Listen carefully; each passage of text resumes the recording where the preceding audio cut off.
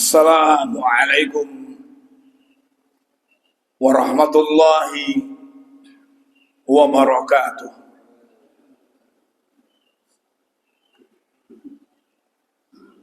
Bismillah. Alhamdulillah. Wassalatu wassalamu ala Rasulillah wa ala alihi wa ashabihi al-mutamassikina bil kitabi was sunnah. Amma ba'd.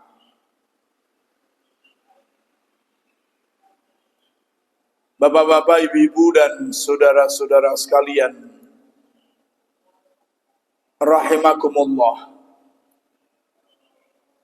Marilah kita senantiasa bersyukur kepada Allah Subhanahu wa taala atas berbagai nikmat yang dikaruniakannya kepada kita semuanya. Salawat dan salam semoga terus tercurahkan kepada Nabi kita Muhammad sallallahu alaihi wasallam, keluarganya, para sahabatnya, dan umatnya yang setia mengikuti sunnah-sunnahnya.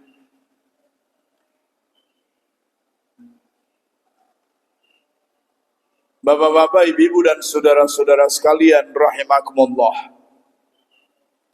Hati adalah penentu untuk menerima atau menolak.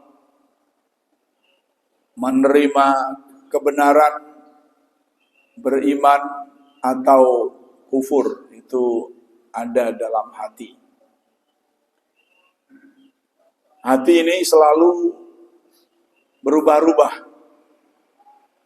Maka ada hati yang salim, yang selamat, yang sehat, yang selalu menerima kebenaran dan selalu ingin untuk mentaati Allah Subhanahu wa taala dan Rasul-Nya.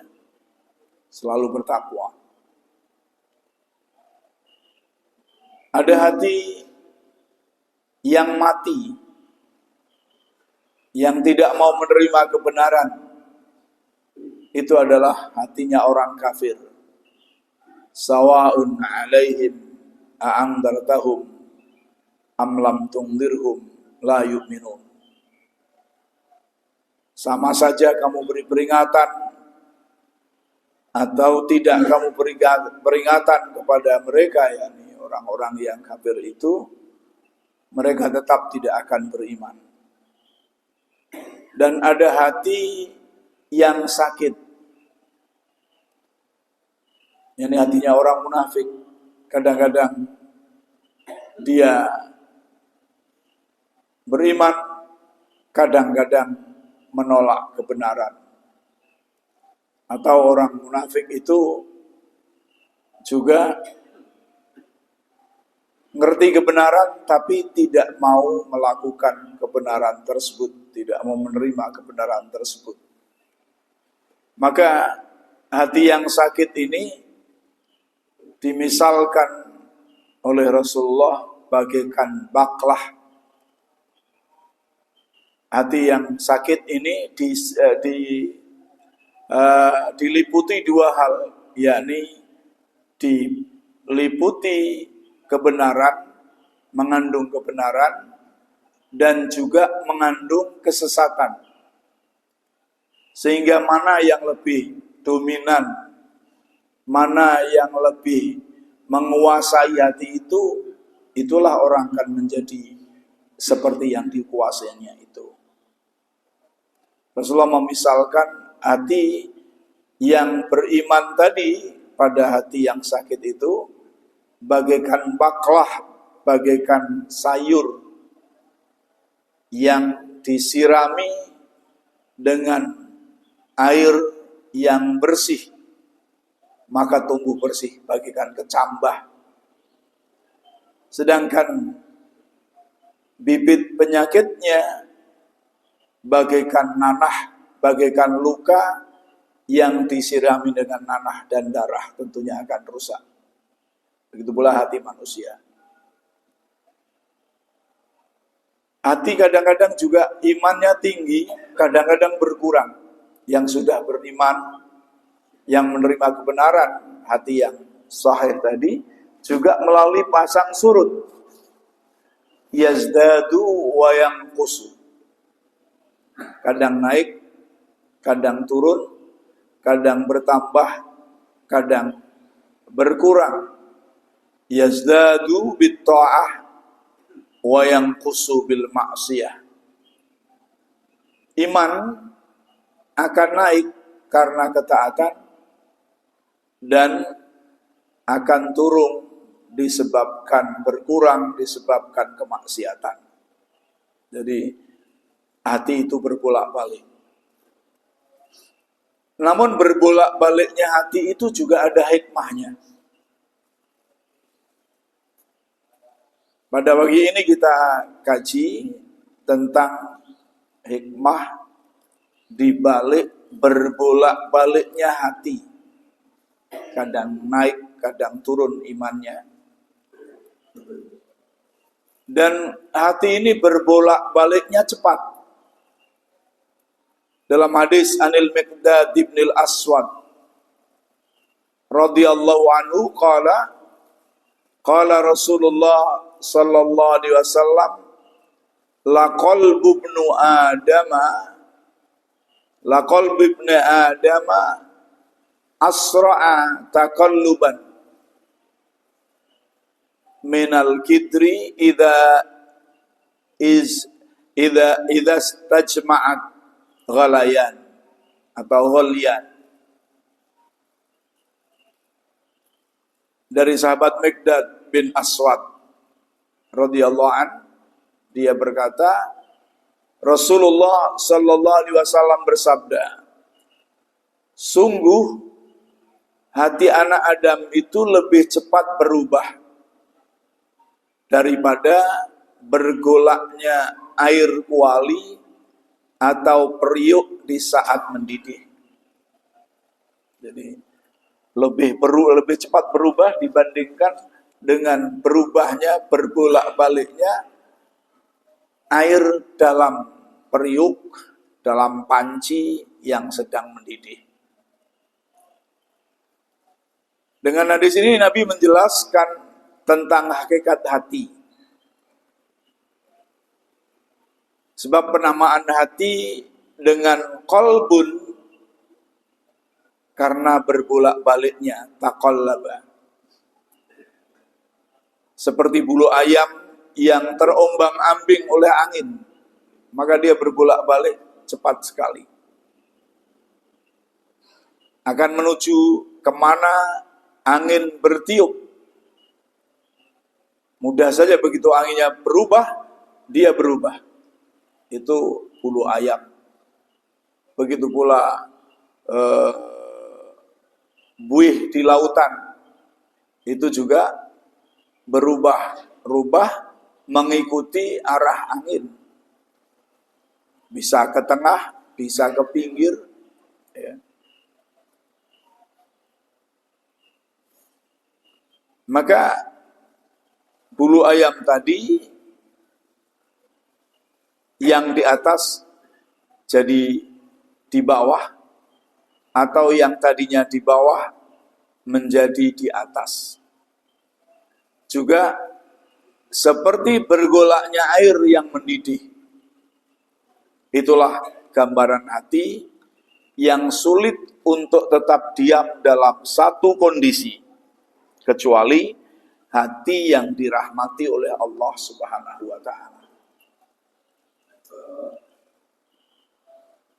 Lalu sebelum kita memahami, mempelajari tentang hikmah dari berbolak-baliknya hati, maka saya sampaikan dulu penyebab berubahnya hati dari kebaikan kepada kejahatan.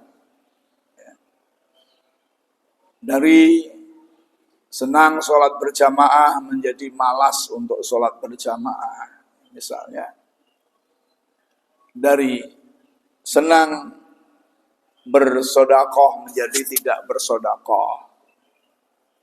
Dari senang ngaji menjadi malas ngaji.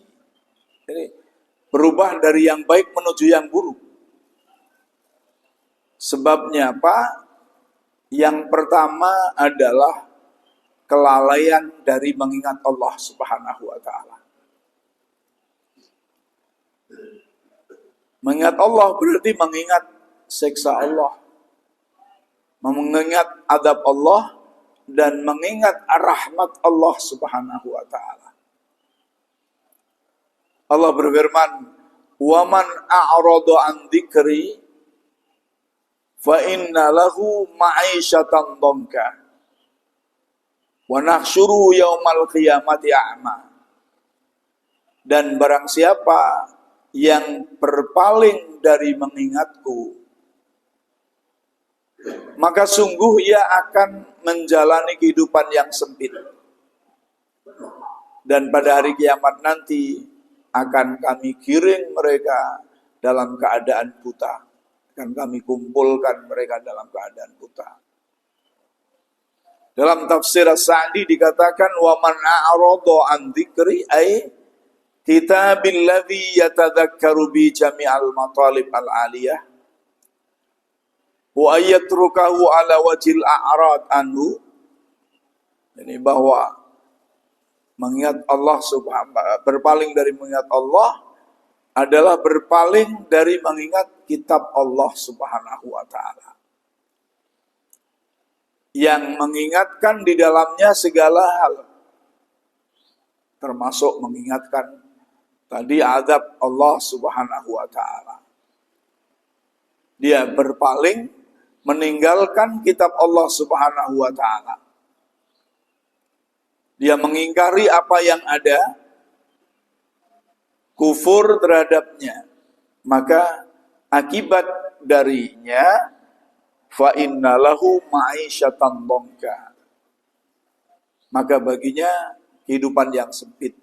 Fa inna jazaahu, bahwa balasan dari berpaling dari mengingat Allah ini, an naj'ala ma'isyatahu dhayiqatan masyaqqatan. Allah akan menjadikan kehidupannya itu kehidupan yang sempit dan sulit, wala yakunu dzalika illa adzaban, dan itu adalah merupakan siksa dari Allah Subhanahu wa ta'ala, disebabkan rusaknya tadi karena berpaling dari mengingat Allah Subhanahu wa ta'ala. Tidak hanya di dunia, sampai dengan di alam kubur juga akan dijadikan sempit oleh Allah Subhanahu wa ta'ala. Tidak hanya di alam kubur, pada sakaratul maut juga dia dijadikan sempit oleh Allah Subhanahu wa ta'ala. Disebabkan berpaling dari mengingat Allah Subhanahu wa ta'ala. Dari hadis an Nabi Musa al-Ash'ari radhiyallahu anhu, an Nabi sallallahu alaihi wasallam qaal, mathalul ladzi yadhkuru rabbahu wal ladzi la yadhkuruhu mislul hayyi wal mayyit, masalul hayyi wal mayyit. Rahul Bukhari. Dari Abu Musa al-Ash'ari radhiyallahu an, Nabi sallallahu alaihi wasallam bersabda, perumpamaan orang yang berzikir, mengingat Rabb-nya, dan yang tidak atau yang tidak berzikir bagaikan orang yang hidup dan orang yang mati. Berarti kalau tidak berzikir ya hatinya mati. Juga diriwayatkan oleh Muslim, masalul baitil ladzi yudhkarullah fihi wal baitil ladzi la yudhkarullah fihi masalul hayyi wal mayyit. Perumpamaan rumah yang disebutkan nama Allah di dalamnya, untuk sholat sunnah, untuk membaca Al-Quran, ya. Di dalamnya dengan yang tidak, atau dengan rumah yang tidak dipakai untuk mengingat Allah di dalamnya, bagaikan orang yang hidup dan orang yang mati. Ya. Jadi perumpamaan orang yang tidak berzikir itu seperti orang yang mati, hatinya mati.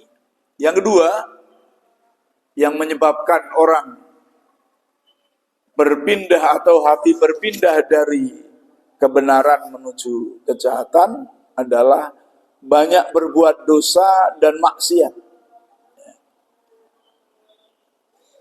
Allah berfirman, kalla bal rana ala qulubihim ma kanu yaksibun. Sekali-kali tidak. Bahkan apa yang mereka kerjakan itu telah menutupi hati mereka. Dalam hadis an Abi Hurairah an Rasulillah sallallahu alaihi wasallam, innal abda idza akhta'a khati'atan nukitat fi qalbihi nuktatan sauda fa idza huwa naza'a wastaghfara wa taba saqula qalbu wa in 'ada zida fiha hatta ta'luwa qalbahu wa huwa ran alladzi dzakara Allah kalla bal rana ala qulubihim ma kanu yaksibun.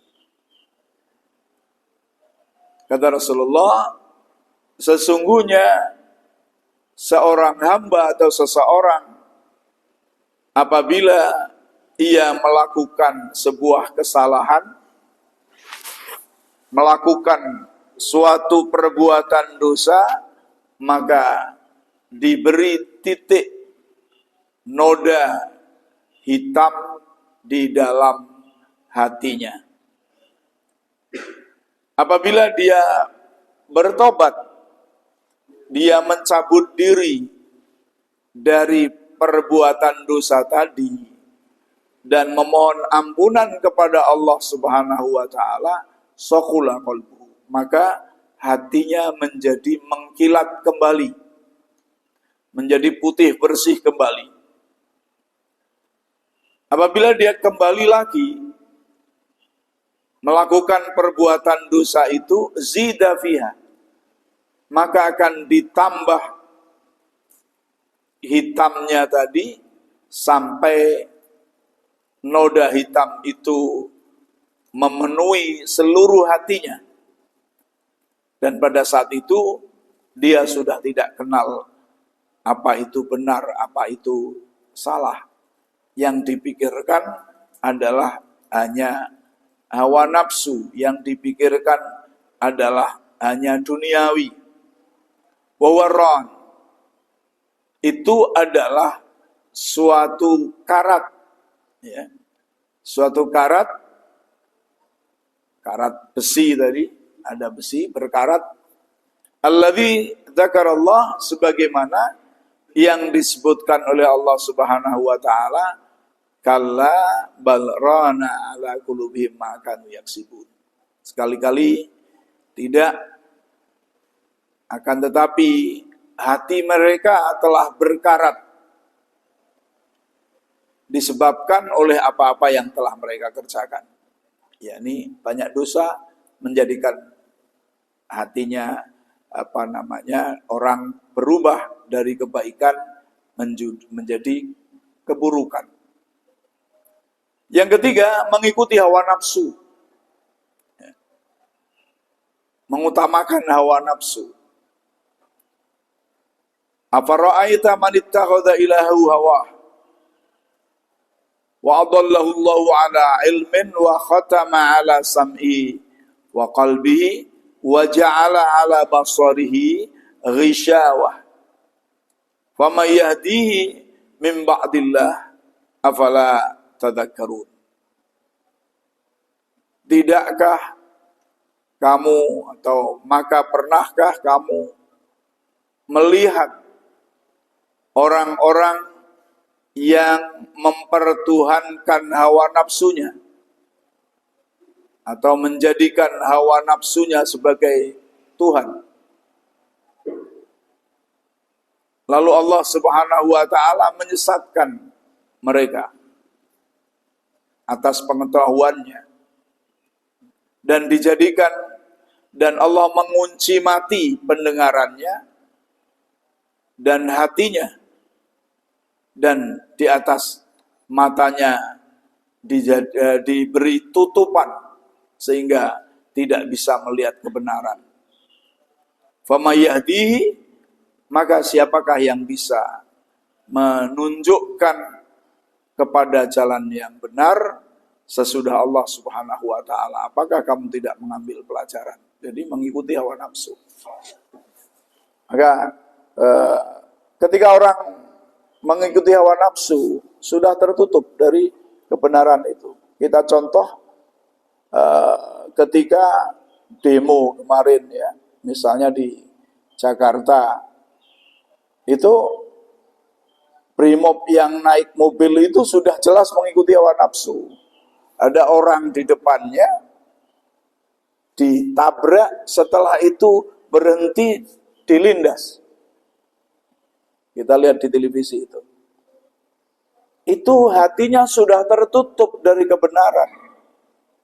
Kalau tidak tertutup dari kebenaran, paling tidak ya dia berhenti, tidak akan terus melanjutkan. Di depannya ada orang kok. Jadi kalau sudah mengikuti hawa nafsu, bisa berbuat apa saja. Juga termasuk di Pekalongan misalnya kemarin. Saya lihat di WA itu, polisi dihajar sudah sudah jatuh, sudah berdarah-darah, masih dilempari, dipukuli. Ini hatinya sudah tertutup oleh hawa nafsu, sehingga tidak berpikir bagaimana orang ini sakitnya. Meskipun misalnya akan balas dendam, kita tidak boleh menjadi orang yang suka balas dendam dalam kejahatan. Bahkan ketika kita dikhianati orang pun, kita tidak boleh berbalas khianat. Rasulullah menyampaikan, la tahun ala man khonaka. Jangan kamu berkhianat terhadap orang yang mengkhianati kamu. Jadi kalau kamu berkhianat terhadap orang yang mengkhianati kamu, berarti sama antara si pengkhianat dengan kamu. Sama-sama keduanya adalah pengkhianat. Ya. Rasulullah juga bersabda, salasun munziyatun wa salasun muhlikatun. Fa'amal munziyat fatakallah fis sirri wal alaniyah. Wal qawlu bil haqq fir ridha was suhd. Wal qasdu fil ghina wal faqri. Wa amal muhlikat fasuhun muta'un wa hawan muttaba'un wa ijabul mar'i binafsihi. Ada 3 hal yang bisa menyelamatkan dan 3 hal yang bisa merusak. Maksudnya merusak hati, menyelamatkan dari siksa api neraka. Yang menyelamatkan antara lain takwa kepada Allah dalam sepi maupun ramai. Jadi berpegang teguh kepada ketakwaan kepada Allah Subhanahu wa taala. Ya, ibaratnya orang demo, orang mengamankan demo. Ya. Demo itu ramai. Tapi kalau dalam demo itu bertakwa kepada Allah Subhanahu wa taala, maka dia tidak akan berbuat anarkis. Tidak akan anarkis. Ya. Karena apa? Karena anarkis itu dilarang oleh agama. Ya. Dalam keadaan ramai, tidak hanya di masjid saja. Barangkali bisa dicontoh perkara demo itu. Dulu pada waktu demo 212 itu jumlah orangnya sangat banyak sekali, juta, akan tetapi aman, bersih. Karena apa? Karena ketika demo itu ada takwa dalam dirinya, tidak ada anarkis. Begitu pula yang mengamankan, kalau dalam dirinya ada bertakwa kepada Allah Subhanahu wa Ta'ala, mengamankan dengan baik. Tidak sampai menembak, tidak sampai memukuli, tidak apalagi sampai melindas bagaimana yang kita saksikan. Karena ada takwa kepada Allah Subhanahu wa Ta'ala. Maka selamat. Selamat di dunia, selamat di akhirat. Yang kedua, berkata benar, adil dalam kondisi ridho maupun marah. Jadi terus berkatanya adalah berkata benar, tidak kata-kata yang memprovokasi. Ya. Dalam dirinya sedang ridho maupun sedang marah. Ya. Misalnya kita contohkan kejadian, contohnya demo lagi, di Pati. Kenapa sampai terjadi gelombang manusia yang begitu banyak? Karena bupatinya nantang-nantang. Itu berarti berkatanya tidak benar dikala emosi. Juga di DPR. Sebab gelombang massa begitu banyak, pemicunya diantaranya adalah kata-kata seorang DPR yang nololi rakyat. Itu karena apa? Karena kata-katanya tidak benar, tidak adil. Dalam kondisi ridho maupun marah itu akan menjadi baik. Dan yang ketiga, bersikap sederhana dalam keadaan kaya maupun miskin. Tidak pamer kekayaan. Sederhana. Bukan sederhana karena miskin, kaya pun juga sederhana. Sehingga juga tidak memicu kesenjangan sosial. Tidak memicu iri dari orang-orang yang tidak berkeuntungan. Jadi hidupnya wajar, sederhana itu. Sedangkan yang merusak antara lain adalah bakhil yang kelewatan, nafsu yang diikuti, dan ujub terhadap diri sendiri. Ini adalah yang bisa merusak diri, merusak hati, ya akhirnya memasukkan ke dalam neraka. Jadi kalau kita melihat ajaran Islam, yakni Al-Quran dan hadis, ya selamat hidup ini. Yang keempat, yang menjadikan manusia bisa berubah dari kebaikan menuju keburukan adalah buruknya pergaulan.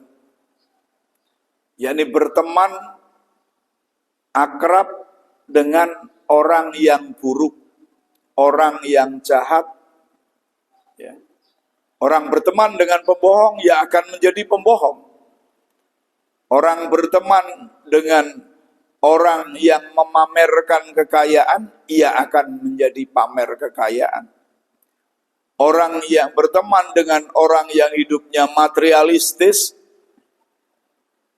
mementingkan dirinya sendiri, maka ya akhirnya akan menjadi materialistis.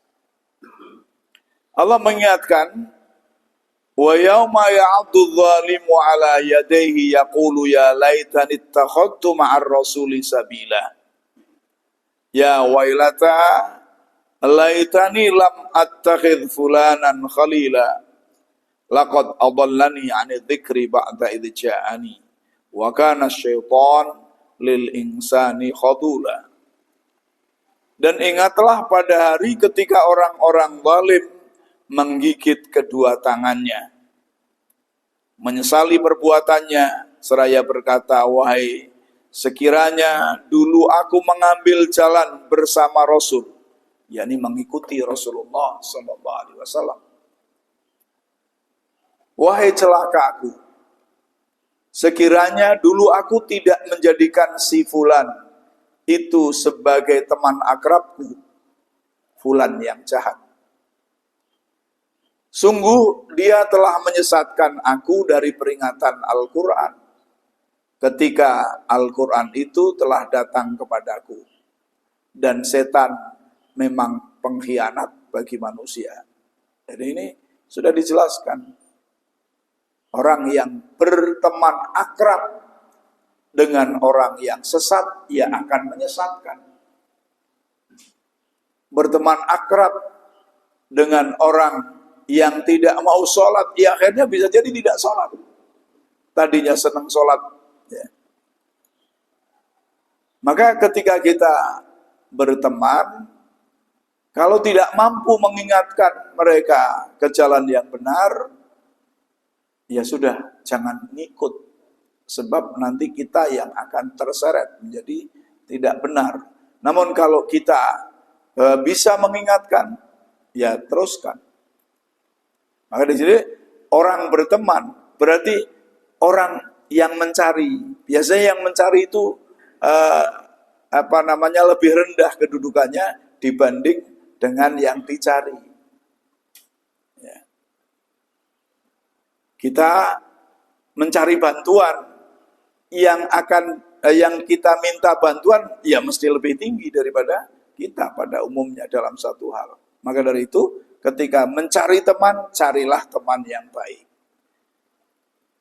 Kalau teman itu tidak baik, ya kita di situ akan mendakwai kalau bisa. Ya. Rasulullah juga membuat perumpamaan. Perumpamaan teman yang baik dan teman yang buruk adalah seperti penjual minyak wangi dan pandai besi. Penjual minyak wangi bisa memberimu minyak wangi, atau engkau membeli darinya, atau engkau mencium aroma wanginya. Sedangkan pandai besi bisa membakar pakaianmu, atau engkau mencium bau busuk darinya. Juga lemahnya iman. Ketika iman kita lemah, maka kita mudah diombang-ambingkan oleh ombak, oleh perilaku, akhirnya mengikuti apa yang jelek tadi, berubahlah. Menjauh dari majelis ilmu dan zikir, tidak mau ngaji, itulah gampangnya. Tidak mau ngaji, maka tidak ada yang mengingatkan. Ya. Tidak mau membaca agama, buku-buku agama. Tidak mau bertanya tentang agama, maka tidak ada yang mengingatkan, akhirnya bisa berubah pula. Dari yang baik menjadi yang buruk. Ya. Lalu, kemudian apa hikmahnya? Hikmah berbolak-baliknya hati. Tidak ada sesuatu pun yang diciptakan Allah yang sia-sia. Semuanya mesti ada hikmahnya. Di antaranya adalah menunjukkan kekuasaan Allah Subhanahu wa Ta'ala. Hati manusia sangat lemah dan tidak pernah tetap. Itulah sebabnya Rasulullah ngajari doa, ya muqallibal qulub tsabbit qalbi ala dini. Ya Allah, Zat yang membolak-balikkan hati, tetapkanlah hatiku di atas agamamu. Juga dalam hadis lain, ya musarrifal qulub, sarrif qalbi ala ta'atik. Wahai zat yang merubah hati, rubahlah hatiku menuju taat kepadamu. Ya. Ketaatan kepadamu. Yang kedua adalah sebagai ujian. Allah membolak-balikkan hati kita agar manusia diuji. Apakah tetap teguh saat diuji dengan kesulitan? Apakah tidak sombong saat diuji dengan kelapangan? Ya. Manusia kadang mendapat nikmat, kadang mendapatkan susah. Maka hati ini diuji oleh Allah. Bagaimana ketika susah? Apakah tetap beriman kepada Allah? Dengan sabar menghadapi kesusahan itu, mencari solusi sesuai dengan yang disyariatkan Allah, ataukah malah menjauh dari Allah Subhanahu wa taala. Begitu pula ketika diuji dengan kenikmatan, apakah bersyukur atau bahkan lupa kepada Allah Subhanahu wa taala. Kemudian yang ketiga, agar hamba selalu bergantung kepadanya. Agar manusia selalu bergantung kepada Allah Subhanahu wa taala. Selalu mengingat Allah Subhanahu wa taala. Kalau manusia selalu stabil tanpa goyah, tanpa ada masalah, hidup ini wis pokoknya stabil terus, duitnya yo akeh terus ya. Sehat terus, awake dipuji orang terus, ya. Nggak ada yang kritik, maka mungkin kita akan merasa tidak butuh Allah. Orang itu tidak akan merasa butuh Allah. Akhirnya dia tersesat dari jalan yang benar. Maka ada muqallibal qulub tadi. Dengan hati yang berubah-ubah, kita terdorong untuk selalu berdoa, ya muqallibal qulub tsabbit qalbi ala dinik. Ya musarrifal qulub sarrif qalbi ala ta'atik. Ya, misalnya memohon taufik, pertolongan, dan tidak merasa aman dari penyimpangan, karena mudah terpengaruhi hati ini. Yang keempat, rahmat dan peringatan. Ya. Jadi tidak hanya sekedar berubah-ubah, orang-orang gunanya, sangat banyak gunanya. Sebagai rahmat dan peringatan. Kadang hati yang lalai Allah balikkan menjadi sadar. Sebaliknya, hati yang sombong bisa dibiarkan sesat sebagai peringatan. Barangkali kalau hati itu tidak dirubah-rubah oleh Allah, mungkin kita masuk neraka semuanya. Kenapa? Karena orang pada mudanya itu kebanyakan adalah jelek. Sholat ya sakarepe dhewe, mencari uang ya mungkin halal haram tidak dipikirkan, ya. Pergaulan ya. Kalau hati ini tidak berbolak-balik, iya Pak koyo kuwi terus. Karena tidak bolak-balik. Tidak ada keinginan untuk bertobat karena hatinya lurus. Nah, Allah memberikan hati kita bolak-balik, berubah. Dari yang jelek bisa menjadi baik, diupayakan untuk menjadi baik. Yang dari yang baik berubah menjadi lebih baik. Ya. Karena itu berbolak-balik hati, berubah-ubahnya hati itu ada rahmat, merupakan kasih sayang Allah Subhanahu wa taala kepada kita. Ya. Yakni adanya kenaikan lebih baik karena ada perubahan dari jelek menuju baik.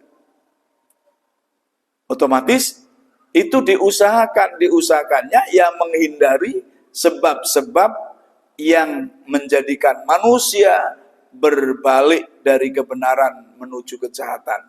Tapi harusnya berubah dari kejahatan menuju kebaikan. Maka itu adalah suatu rahmat dari Allah Subhanahu wa taala. Kalau hati itu tidak bolak-balik, maka sing pendendam terus. Karena enggak berubah.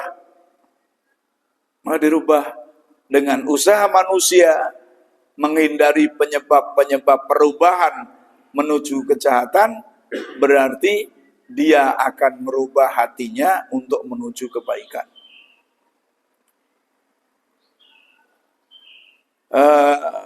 Allah berfirman, wa idh qala Musa liqaumihi ya qaumi lima tu'dunani wa qad ta'lamuna anni rasulullah ilaikum falamma zaghu azaghallahu qulubahum wallahu la yahdil qaumal fasiqin.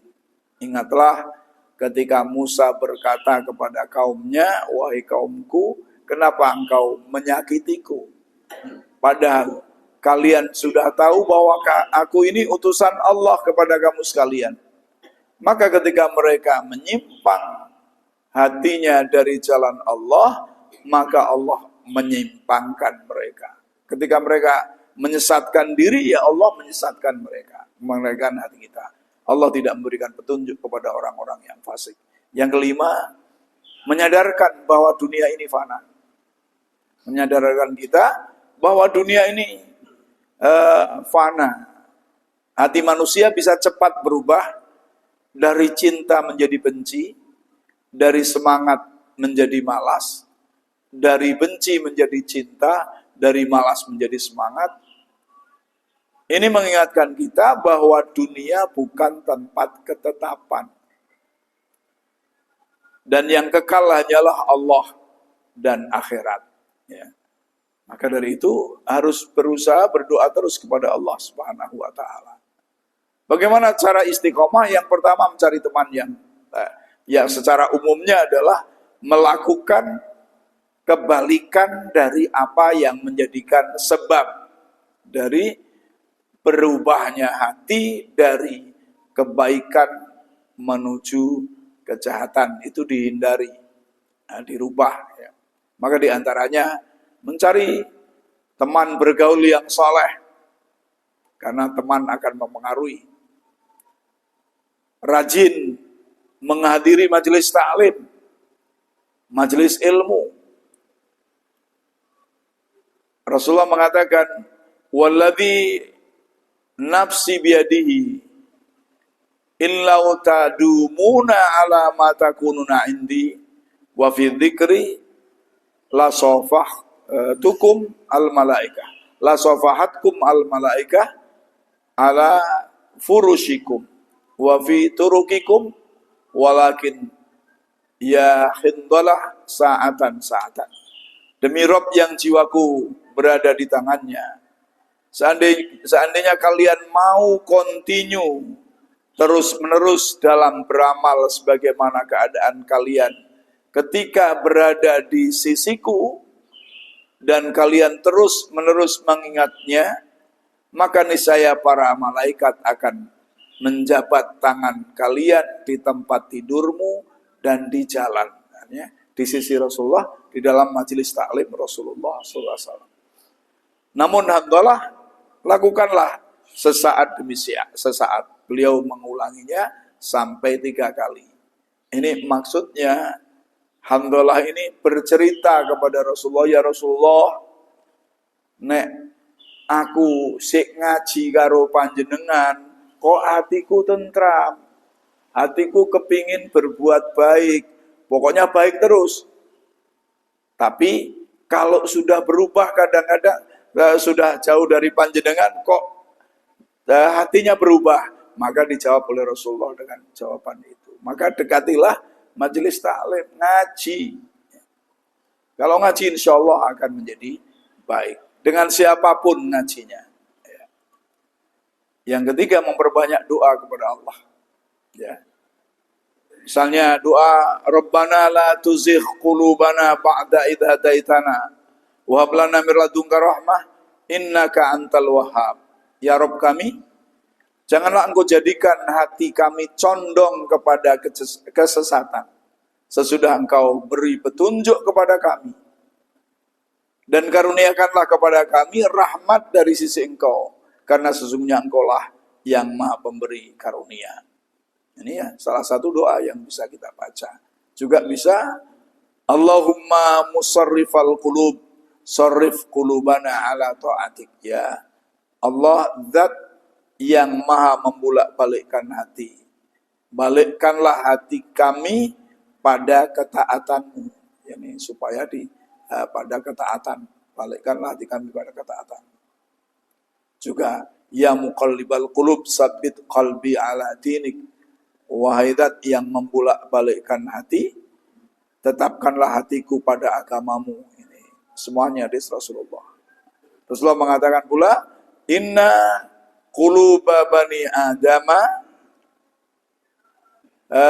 kullaha baina isba'ini min asabi'ir rahman ka qalbin wahidin yusarrifu kaifa yasha. Sesungguhnya hati manusia seluruhnya di antara jari jemari Ar-Rahman seperti satu hati. Allah membolak-balikkannya sekehendaknya. Maka dari itu banyaklah berdoa kepada Allah Subhanahu wa taala.